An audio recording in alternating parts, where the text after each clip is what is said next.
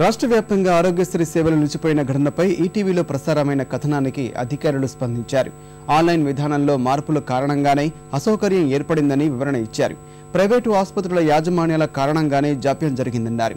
సమస్య వీలైనంత త్వరలోనే పరిష్కరిస్తామన్నారు.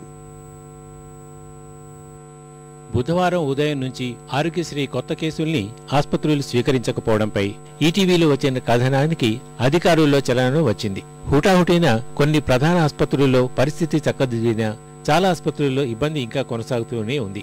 ఆరోగ్యశ్రీ ట్రస్టుకు ప్రస్తుతమున్న సాఫ్ట్వేర్లో కొన్ని మార్పులు చేస్తున్నందువల్లే అంతరాయం ఏర్పడింది. ప్రైవేట్ ఆసుపత్రులు చేస్తున్న మోసాల్ని అరికట్టేందుకు చర్యలు చేపట్టిన ట్రస్ట్ సుమారు 425 ప్రైవేట్ ఆసుపత్రుల్లో వైద్యులు, పారామెడికల్ సిబ్బంది వివరాలు కోరింది. ఇందుకోసం ప్రత్యేక లాగిన్ సదుపాయాన్ని ఆసుపత్రులకు ఇచ్చారు. సెప్టెంబర్ 13 నుంచి 19 వరకు వివరాల నమోదుకు గడువు ఇచ్చారు. చాలా ఆసుపత్రులు వివరాలు నమోదు చేయకపోవడంతో ఆయా ఆసుపత్రుల్లో కొత్త కేసులు స్వీకరించకుండా ట్రస్ట్ నిలుపుదల చేసింది.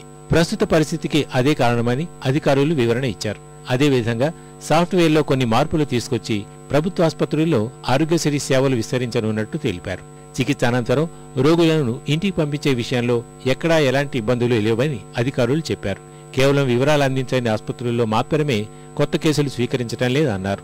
రాష్ట్రంలో అన్ని ప్రైవేట్ ఆసుపత్రుల్లో పూర్తిస్థాయి ఆరోగ్యశ్రీ సేవల పునరుద్ధరణకు మరో 2 రోజుల సమయం పట్టొచ్చని అధికారులు అన్నారు.